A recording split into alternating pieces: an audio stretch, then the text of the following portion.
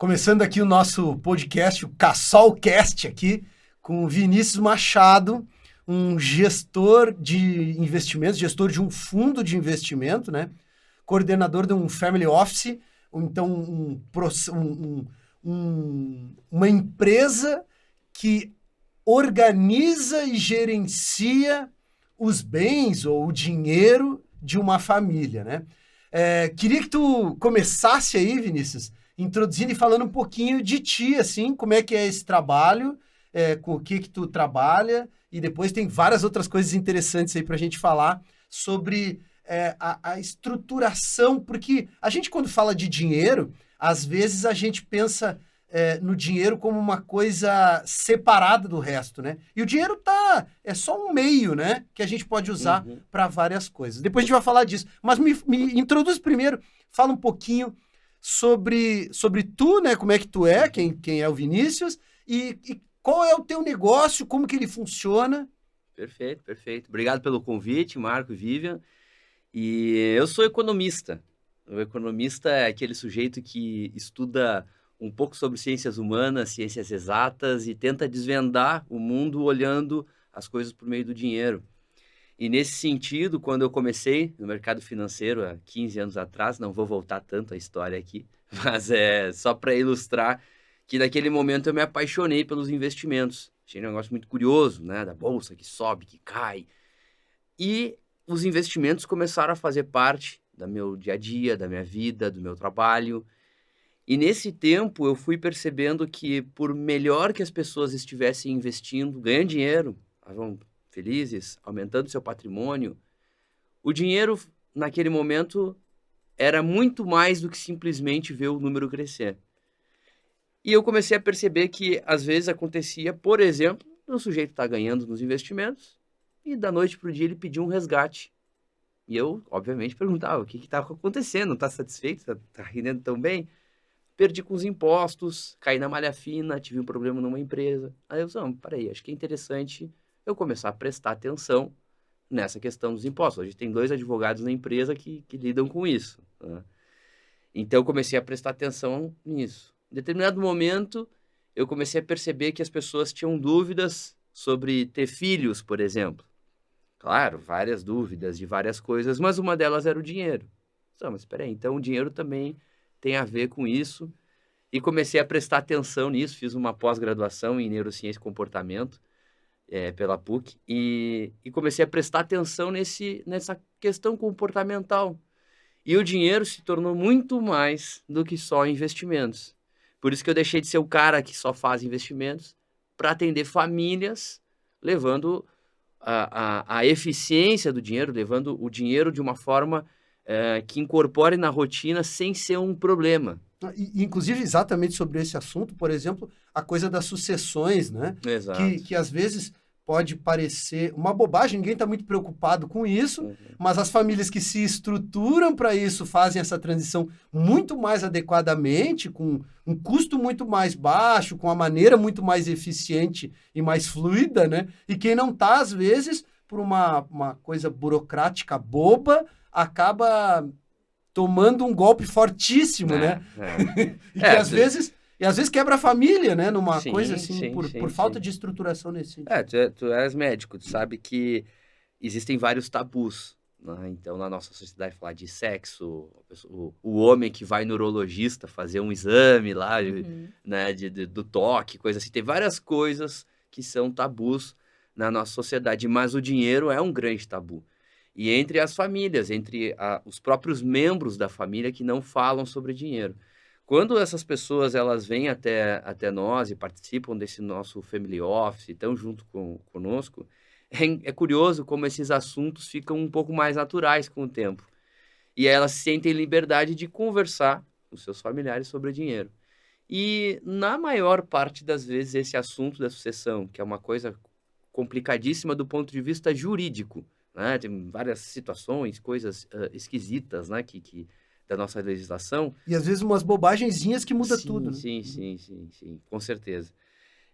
E aí, quando a gente começa a entender melhor a necessidade, as pessoas começam a se expressar melhor sobre quais são os seus desejos, As soluções são muito simples. Então, vai desde do sujeito o vô, que quer passar, por exemplo, um imóvel direto para o neto. Se ele faz isso, ele economizou já uma sucessão, que é passar para o filho para depois ir para o neto, sabe? Então, são questões que de uma forma muito simples a gente consegue resolver. Em linhas gerais, as soluções para o dinheiro, elas não são complicadas. O que às vezes é complicado é a pessoa conseguir se expressar sobre quais são os seus desejos. As relações humanas que complicam a relação com o dinheiro. Isso aí. Você acha que é um comportamento aprendido diante dos seus estudos, até de neurociência e tal? Aprende ali a se relacionar com o dinheiro, a família se relacionar com o dinheiro de uma forma e aí aquilo continua. Sim. Perpetua. Sim. E o filho se relaciona com a esposa daquele jeito que o pai se relacionava com a mãe dele, a respeito de dinheiro. Isso, exatamente assim, porque a gente tem pouca conversa sobre isso também com os amigos. Normal é que os amigos não saibam quanto um ganha, quanto um gasta e aquela coisa toda.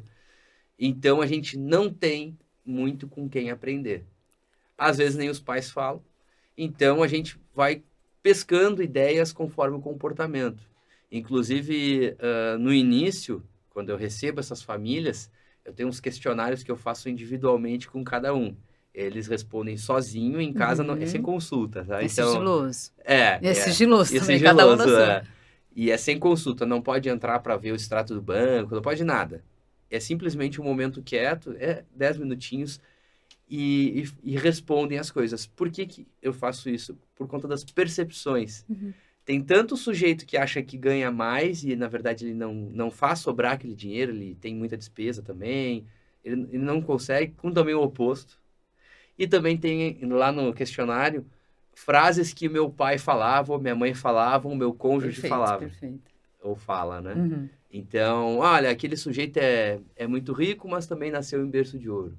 Por exemplo, essa é uma frase que, das suas várias possibilidades, variantes, né? Mas diz muito sobre o comportamento com dinheiro. Para que tanto dinheiro se não vai gastar? Se não vai usufruir? Esse é um outro tipo de comportamento. E aí, quando a gente começa a perceber essas coisas, e as pessoas se dão conta, sutilmente, vão mostrando, claro, né? É uma condução, tudo muito devagarinho, vai com calma, né? E essa é a minha grande característica, né? Eu vou sempre com calma, assim. E aí, quando as pessoas se dão conta, eu falo assim, pô, mas então toda a vida eu fiquei, por exemplo, sendo mão de vaca, economizando muito, não querendo gastar em coisas que me dariam muito prazer, e no fim era só porque na minha família originária tinha uma condição mais apertada, tudo tinha que economizar, e eu só repliquei aquilo e perdi um monte de oportunidade. Porque às vezes um gasto, um exemplo que eu posso dar, um gasto às vezes não é simplesmente um dinheiro que vai embora. Pensar o dinheiro como fluxo é muito importante. Então, um exemplo bem claro. Vamos fazer uma viagem para Fortaleza. Vai pegar o avião de São Paulo para Fortaleza e vai passear com a família. Às vezes a gente pode pensar assim, tá simplesmente rasgando dinheiro. Pode ser, pode simplesmente gastar dinheiro e vai ter alguns benefícios de um bom final de semana, de ter ficado lá com a família, de melhor convívio com a família, tudo isso. Mas pode também, eventualmente, sem querer querendo, gerar negócio, esse tipo de coisa. Porque tu vai estar lá com outras pessoas, e aí o cara que senta do teu lado, lá na beira da piscina, e tu bate um papo, e quando vê vocês têm um interesse comum, alguma coisa, fica naquela conversa, e numa dessas tem um parceiro de negócio. O que eu quero dizer com tudo isso, né, é que é para as pessoas, em todas as oportunidades, sair fazendo negócio. Não é isso, é para relaxar em relação a isso. Mas que muitas vezes há ganhos colaterais de algo que inicialmente parecia só um gasto. Então, o que a gente precisa pensar é realmente o que é importante para aquele conjunto de pessoas. Claro que, às vezes, numa família tem lá, por exemplo, tem 6 pessoas. Vai ter julgamentos diferentes do que é importante, vai ter que ter alguma negociação. Mas quando a gente consegue, de alguma forma, entender o que é irrelevante, o que é importante, como o exemplo que eu dei de ter uma mansão de 5 suítes, de 8 suítes, e é muito, muito longe do local do colégio, do trabalho e tal, e aquela família vai passar todos os dias 1h40 no trânsito, 2 horas no trânsito, e elas vão aproveitar basicamente no final de semana, Sim. ou a gente pode usar esse dinheiro de uma forma mais eficiente, morar mais perto do trabalho e tal. Então, são essas Qualidade de vida. escolhas. Comprar qualidade de vida, né? Isso. É que às vezes isso vem o pacote, às vezes não é tão claro. A gente olha o sonho da pessoa de ter uma casa com uma piscina olímpica, sabe? Aí a pessoa tem aquele sonho de ter aquela casa. Ok, beleza, mas quando que tu vai usar a piscina olímpica? Quando que essa casa vai realmente te servir? É o momento da tua vida para isso? Porque, eventualmente, tu tá trabalhando 10 horas por dia. Sim. É o momento da vida? De repente, não. Ou teus filhos já estão ficando mais velhos. Acho que eles vão querer ficar em casa ou sair para passear, né? Então, são coisas que a gente tem que questionar. Isso vale para tudo, para comprar o carro, para comprar qualquer coisa, sabe? Falando sobre isso, estava falando um pouco sobre a alfabetização financeira, né? A gente sabe que tem que fazer a alfabetização na escola, a alfabetização fazer na academia, lá nos exercícios físicos e lá toda semana. Tem que fazer a alfabetização emocional e no psicólogo toda semana. Tá? Isso é uma coisa muito fácil e clara e todo mundo entende e sabe que isso precisa ser feito. Mas o que tu está falando é alfabetização financeira, educação financeira. Como é um caminho legal para as pessoas aprenderem educação financeira? Que caminhos existem e qual seria? Porque a gente falou sobre alguns aqui, né? Mas eu já sei como meu pai agia. Mas às vezes a visão totalmente distorcida, né? E limitante muitas vezes, o que é pior ainda do que distorcido. E ainda que o pai viveu num mundo que não existe mais. A gente vive num outro mundo agora, é uma outra geração, exatamente. A gente tem outras coisas à disposição. E além disso, o que ele estava falando muito, eu acho que você ia chegar mais ou menos aí, eu acho que chega muito perto do tabu do assunto educação sexual da escola. São diferentes, mas são assuntos assim, meio que não se fala de... Não vou conversar disso com meu filho e também não quero que a escola converse. E eu sinto que a educação financeira, assim como a educação sexual nas escolas, é assim, finge que faz. Tá, precisa, então a gente vai colocar aqui na grade curricular e vai dar aula de educação financeira. E você sente que é suficiente? Você acompanha? Você sabe o que está sendo passado nas escolas e se é suficiente? Sobre educação financeira, eu sou um grande crítico do modelo atual desses influencers de educação financeira, pelo simples fato que, em primeiro lugar, eles colocam o dinheiro como todo mundo deveria saber sobre isso. E todo mundo tem a capacidade de saber sobre tudo sobre dinheiro e finanças. Isso está errado já de início. Porque se a gente fosse pensar por essa lógica, é óbvio que comer é muito mais importante do que o dinheiro. E então todo mundo tem que saber tudo sobre nutrição? Não é assim que funciona. E sobre o dinheiro também, a gente não precisa saber todos os detalhes, lá, os caras vendendo um monte de curso, livro, curso. Não, tu pode não querer saber sobre esse assunto, tá tudo bem. Agora tem que saber se comportar em relação a esse assunto. Tu pode buscar fontes, conversar com uma pessoa que conheça mais tecnicamente, não precisa virar um técnico desse assunto. E esse é o grande problema. Em vez de ter essas conversas ditas mais filosóficas sobre decisões e tudo mais, vai para um assunto técnico, vira um técnico. Daí, sabe tudo sobre bolsa de valores. Mas o sujeito não consegue se controlar e com o seu cartão de crédito. Então, assim, não adianta. E o mais curioso de tudo sobre educação nas escolas, se fez um estudo de metadados sobre vários outros estudos feitos sobre o impacto de educação financeira. Inclusive, foram 3 pesquisadores em 2 universidades diferentes dos Estados Unidos, um até era brasileiro. E dentro desses 8.400 estudos, quase 10 mil estudos, eles perceberam que não há como comprovar que educação financeira na escola reflete em uma melhor condição financeira, ou melhor condição financeira não só no sentido de ganhar mais, mas de não ficar endividado, ou de não entrar em furada financeira. que às vezes até é mais importante do que ganhar muito. Não, Saber administrar é exato. mais importante Emocionalmente, do que ganhar educação financeira emocionalmente saudável às vezes é mais importante do que ganhar muito ou acumular muito. Mas o que eles descobriram, que foi muito revelador, é que o impacto de saber mais sobre matemática é mais relevante do que uma aula sobre educação financeira. Porque justamente é nesse ponto que eu bato. Por que a gente tem que ficar ensinando tecnicamente coisas de educação financeira? Eu vou lá abrir o que é um título A, B ou C, um empréstimo disso, daquilo. Essas coisas, elas mudam com o tempo, não é tão útil. Uhum. Agora, no momento que tem uma boa base de matemática, a pessoa consegue, e sabe fazer um problema, que a matemática é isso, ela consegue, na hora que vai comprar um carro, saber se ela tem que financiar em 1 ano, em 3 ou 5, Sim. porque ela aprende a resolver problemas. Então, pouco adianta eu saber que tipo de tabela é de financiamento, os juros efetivos, juros que não é efetivo. Isso não importa. É irrelevante. Então, esse é um estudo muito revelador que corrobora com essa minha visão de que coisas simplesmente técnicas não vão contribuir para as pessoas, não vão ajudar as pessoas.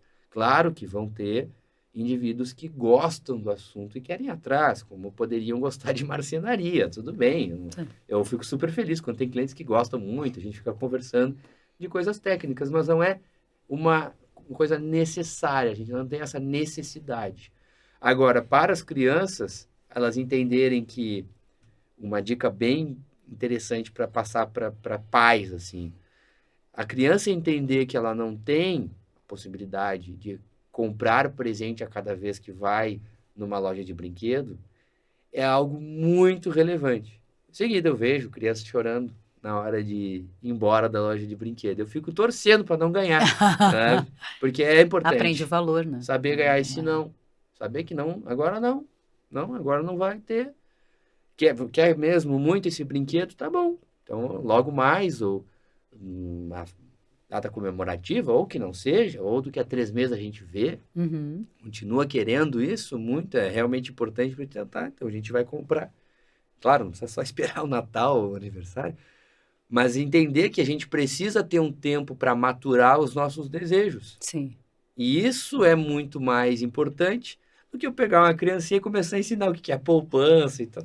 Alfabetização Você financeira. falou uma coisa boa. Mas isso tem a ver não só com a parte financeira, porque tem a ver também com comida, tem a ver com saúde, tem a ver com qualquer coisa. Porque diz respeito às decisões. E essa é uma coisa que se discutia muito na pós, principalmente quando falava dessa questão de neurociência, que é a capacidade da pessoa abrir mão de um desejo de agora para um desejo no futuro. Essa capacidade é inerente a os indivíduos, eles têm mais facilidade ou menos facilidade, a depender da sua estrutura comportamental e neurológica. Não só há uma predisposição e ponto final. As duas coisas. Mas isso, para aquele que tem mais dificuldade, que é mais impulsivo, é possível, de alguma forma, moldar para que ele fique um pouco mais tranquilo em relação às suas decisões. E para aquele que tem já isso, essa predisposição a fazer esse cálculo de tempo, vai ser o processo mais tranquilo, mas ele também pode aprender um pouco mais sobre isso. Então, muito mais do que falar só sobre finanças, é falar sobre decisões. E isso é muito bom. Eu lá em casa, a gente tem a Isa de 12 anos, e ela, às vezes, aparece com alguma ideia de alguma coisa muito cara que ela quer. E eu sempre faço uma proposta assim de, tá, vamos ver se você quer mesmo, isso é uma coisa muito grandiosa, vamos esperar um tempo. Mas também tem outra coisa que eu peço para ela fazer. Você não quer ver um brinquedo em bom estado, em excelente estado, que você tenha, conservado, que a gente consiga vender e aí capitalizar para comprar esse outro? E ela já fez isso algumas vezes. Fez bazar de gibi e vendeu bem, 40 bastante. gibis e aí conseguiu comprar o que ela queria. E teve uma outra que ela me pediu uma boneca de R$700.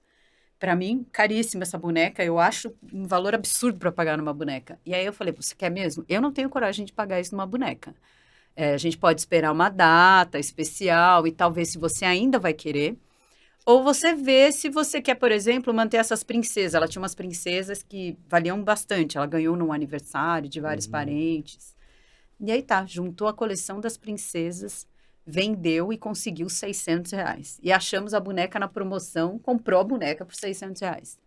E não usou a boneca muito. E isso foi muito interessante, porque ela falou, nossa, eu me sacrifiquei tanto para comprar essa boneca e eu quase não usei. Isso traz uma noção bem diferente, porque hoje, quando ela vem com uma ideia de alguma coisa, cara, que ela quer, por exemplo, um trailer da Barbie que ela pediu, e eu não comprei, ela teve tempo de pensar nisso, se ela queria mesmo, o sacrifício que ela teria que fazer para ter. E acabou a ideia do trailer da Barbie, virou outra coisa. E aí é o que você falou, nunca falei para ela sobre guardar dinheiro, sobre quanto ganha, quanto custa isso, quanto custa aquilo, que a gente trabalha para pagar as coisas e o sacrifício que a gente faz. Não entrei nesse assunto. Mas o que ela sentiu ao ter que se esforçar para comprar aquilo que ela queria, já mudou muita coisa. Ela já não pede as coisas assim, não chega na loja com esse comportamento de eu preciso disso, que na verdade não precisa, né? Mas é isso. E o interessante é que é justamente se ferrando que vai aprender, né? Isso! Então, tem que dar essa chance, tem que dar chance para isso acontecer. É o mesmo quando fala assim, mas é só ganhar o dinheiro, né? Então vai lá e faz, né? E aí ter essa frustração e tal. Mas, enfim, isso é justamente ter essa capacidade de tomar decisões. Tomar decisão, de novo, tem pessoas que têm mais facilidade, tem mais desapego na hora de tomar decisões, porque a gente precisa ter esse comportamento, porque sempre que eu vou tomar uma decisão, eu abro mão de outras coisas, sempre. Então, eu tenho que ter um exercício de desapego, e sempre que eu tomo uma decisão e estou abrindo mão de alguma coisa, eu assumo um risco. E também saber assumir um risco, saber que pode dar errado, e que tu pode estar errado. Foi tu que escolheu, tu pode estar errado. Isso é um exercício muito importante, né? E isso é um exercício que não é só para criança, é para os adultos também, né? Para a gente reavaliar. É muito comum a criança, ela consegue mais fácil entender que errou, porque ela ainda é muito... Olha para o seu próprio umbigo, né? Ela ainda tem muito mundo para si. Muito egocêntrico. Isso. O adulto, ele tem um problema. Ele muito facilmente coloca a culpa dos seus erros nos outros. Então, quando faz um erro em relação às suas finanças, pode ter certeza, pode ter acontecido um monte de coisa. Pode ter vindo a Covid, os investimentos foram mal, sei lá, um monte de coisa pode ter acontecido. Mas a culpa sobre aquilo é tua. Mas não é culpa minha que veio a Covid. Sim, isso não é culpa tua. Mas foi tua decisão ter feito aquele tipo de investimento. Eu comprei um imóvel, o inquilino não pagou. É culpa tua. Poderia não ter sido possível fazer diferente. Tudo bem, mas aquela decisão foi tua. Então assume aquilo. Para de botar a culpa no outro e vai lá ver, negociar, fazer. E as pessoas não fazem isso. Pode parecer muito simples, mas as pessoas não fazem isso. E esse é o problema, que é o adulto que ficou velho e não passou isso quando criança.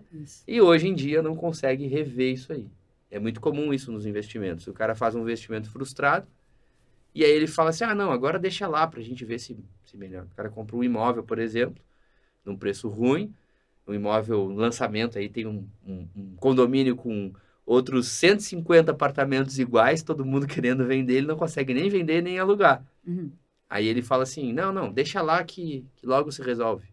Sim, é uma mágica. Eu também quero essa varinha do Harry Potter, sabe? Não, faz alguma coisa. Ou assume que eu fiz errado, me ferrei, vou perder dinheiro, vou perder 100 mil, vou vender mais barato. Sabe? Assumir as coisas, né?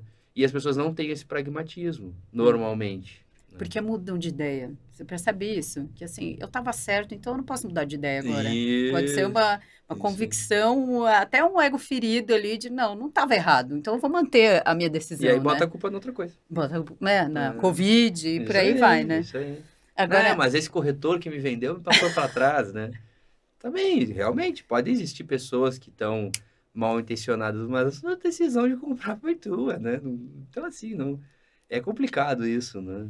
Eu achei muito interessante o que você falou, que você trabalha com investimento, então as pessoas imaginam que vão chegar para você para guardar dinheiro e só. Uhum. E não é isso. É uma administração dos bens, e é muitas vezes você direcionar onde vale a pena investir, Isso. que não necessariamente é um fundo de investimento, é um outro investimento, é um investimento. E eu queria saber se o bem-estar é um bom investimento para você. Você falou lá da viagem de Fortaleza, e pode ser que não tenha nenhuma conexão legal naquela viagem, que não conheça ninguém que vá gerar um Sim. negócio, mas gera bem-estar, pode gerar uma conexão familiar ali que poderia estar perdida antes, e isso é um investimento que deve ser considerado. Você... Sim. E assim, até sobre a temática da cirurgia plástica, é uma mesma lógica, Exato. né? Eu vou dar um exemplo que nem sei se vai ser o caso aqui, né, que vocês vão falar, mas vamos pegar um exemplo qualquer, até foi um exemplo que eu presenciei. O sujeito, ele tinha um problema com o nariz dele. Ele se incomodava com aquilo. Toda a família tinha aquele nariz curvado, assim, né, e tal. E aquilo, de alguma forma, em determinado momento da vida, ele, pô, queria que fosse diferente, tá bom. Ele tinha dinheiro para pagar. Mas existia uma percepção de toda a família, que tinha o nariz daquele jeito, de que era uma coisa trouxa. Uhum. Gastar 50 mil reais para ficar com o nariz diferente. Todo mundo tem nariz assim, tu é louco? Bom, então tá, eu fiquei louco. Então, vamos dizer que eu fiquei louco, mas eu tenho dinheiro, eu posso fazer, e eu vou me sentir melhor, por que não tentar? E isso tem a ver com aquele nosso início da conversa, de coisas que vão nos fazer bem no nosso dia a dia. Porque o que vai adiantar, eventualmente, esse cara ter mais 1 milhão, mais 2 milhões, mais 3 milhões, se eventualmente ele poderia fazer uma pequena coisa no seu dia a dia, que seria uma pequena coisa, né? Cirurgia plástica é uma coisa grande, mas enfim, uma ação pontual que por muito tempo vai fazer com que esse dia a dia dele, ele fique melhor de alguma forma. Ele entende, é da cabeça da pessoa, não tem esse julgamento. A família, às vezes, pensa de uma forma diferente. Uhum. E aí esse cara se sente, de alguma forma, reprimido a fazer esse gasto, que vale para qualquer coisa. E vale para todo tipo de gasto, sabe? Então, na questão do bem-estar, isso acontece demais, assim. Uma cirurgia, a pessoa quer fazer alguma questão estética, né? E é fácil de entender também por que esse comportamento dos familiares existe. Claro, né? Família toda, eu até concordo, né? A família toda tem nariz assim, agora tu quer ficar com o nariz diferente. Tem até a questão de identidade, né? Pertencimento. Tu não gosta de ser da nossa família? Todo mundo tem esse nariz, né? Então, é natural que esse tipo de coisa aconteça. E as pessoas, elas devem sim pensar, olha, eu tenho dinheiro, esse dinheiro vai, claro, não tenho dinheiro, eu vou entrar numa dívida terrível e tal. Não faz, não vai transformar aquela coisa que seria boa num problema na tua vida, não vai fazer isso. Mas eu tenho condições de pagar, não vai atrapalhar os meus planos, eu vou seguir tendo os meus investimentos, vou seguir fazendo meu patrimônio crescer, que na maior parte das vezes isso acaba, de alguma forma, sendo possível de encaixar. Vai lá, vai parcelar, vai fazer. Pô, por que não fazer, né?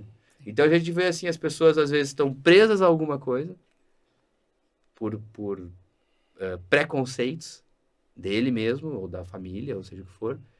E outras coisas, ela tá muito agarrada a gastar porque são padrões. Então, existe uma questão de ser o que tu é realmente. Eu mesmo, eu não tenho carro. Hoje em dia, ninguém mais... Os meus amigos falam isso, né?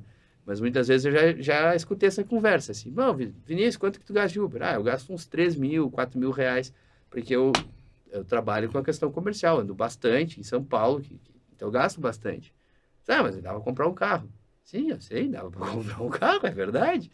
Mas eu não gosto de dirigir. Eu não quero dirigir. Minha carteira venceu e eu não vou fazer, eu não quero dirigir. Tá, mas tu é maluco. Então tu tem um amigo maluco. É um prazer, Vinícius, né? Tá bom, me deixa quieto, não quero, tá? Então a gente entender isso, é difícil a gente se posicionar. Mas é muito importante, porque me deu a liberdade de uma coisa que para mim era muito estressante, que era só uma incomodação, que eu perdia o tempo de poder, na minha concepção. Uhum. Perdi o tempo de poder estar trabalhando, ou dormindo, ou fazendo qualquer coisa, porque tinha que estar dirigindo, não dá pra fazer essas duas coisas não ao dá mesmo pra fazer tempo, nada né? dirigindo. Até o dia que tiver o carro autônomo, eu vou comprar um, com certeza. E aí eu consigo, na minha concepção, as pessoas que querem ter carro, ótimo. Mas na minha concepção, eu consigo aproveitar melhor o meu tempo, fico mais tranquilo e tá bom. Desse jeito tá bom. Um dia pode ser diferente? Pode. Posso mudar de ideia, não tem problema nenhum. Mas pra mim, assim, tá bom. Faz sentido. É diferente? Tá bom, eu sou uma pessoa diferente. Sim, mas... Todo mundo é diferente. mas pra você faz sentido, é o que interessa. Mas né? assumir essas nossas diferenças, sabe? Então, eu tenho muitos casos de pessoas que colecionam coisas esquisitas. O cara coleciona bonequinhos, o cara coleciona não sei o quê. O cara velho colecionando bonequinho do Darth Vader. Mas a pessoa gosta, tá feliz. A felicidade de olhar aquela prateleira. Deixa a pessoa fazer isso, sabe? Desde que não atrapalhe, não seja um problema financeiro, claro. Né? Então, é isso, assim, o recado que eu quero passar é que falar sobre dinheiro é falar sobre a nossa identidade, é falar sobre as coisas que a gente valoriza. Obviamente que a gente tem que fazer de uma forma saudável, da mesma forma que uma dieta, a pessoa quer perder peso, não pode simplesmente comer isopor. Vai perder peso, mas vai provavelmente morrer. Então não é um caminho radical, não é um caminho que vai prejudicar outras áreas da vida, não. Mas assumir as tuas identidades, assumir aquilo que é importante. Obviamente que guardar dinheiro, pensar no futuro, todas essas coisas que não precisa ser financista. A minha tataravó sempre perguntava para mim, tá guardando dinheiro? Ela já sabia de tudo, né? Era só ter feito um curso com ela para fazer economia. Então é muito mais simples do que parece. E simplificando as coisas, entendendo que é uma questão de comportamento, a gente se sentir mais à vontade, de a gente conversar mais sobre o dinheiro, esse assunto vai fazer mais parte do nosso dia a dia. A gente vai conseguir evoluir melhor nessas coisas e, com certeza, a hora que botar a cabecinha no travesseiro, vai ser uma preocupação a menos. Então, esse é o recado final. Eu espero que tenha contribuído para que o dinheiro faça parte da vida das pessoas de uma forma muito mais tranquila. Valeu, Vinícius. Muito obrigado aí pela participação. Acho que é muito importante a gente poder elucidar esses temas, como a Vivian falou, né? Tema... não só polêmico, mas um tema, às vezes... De tabu. Tabu. É tabu. É difícil, né, falar sobre isso. As pessoas não querem falar quanto elas ganham. As pessoas não querem dizer as suas possibilidades. Muitas pessoas querem aparentar, às vezes, ter uma aparência, né, maior do que o que é possível. Isso então, e o dinheiro tem, às vezes, uma relação distorcida em relação a isso. Então, acho que é muito legal esse bate-papo aí. Queremos outro. Né? Te agradeço e muito obrigado por vir a gente poder falar um pouco mais dessas relações emocionais com o dinheiro, e acho que isso tem uma relação direta com ser mais saudável financeiramente. Eu me torno um ser humano mais saudável porque eu sou mais equilibrado, e o dinheiro também faz parte das nossas vidas e é uma parte importante, então a gente precisa disso para tocar outras áreas da nossa... E ter equilíbrio nisso também traz equilíbrio em outras áreas. Muito obrigado e até uma próxima oportunidade. Eu que agradeço. E eu aproveitar para deixar das redes sociais, é Vinícius Machado Financas, no TikTok, Instagram, e o site é VM Financas. O pessoal pode acessar. Excelente. Muito obrigado. Maravilha.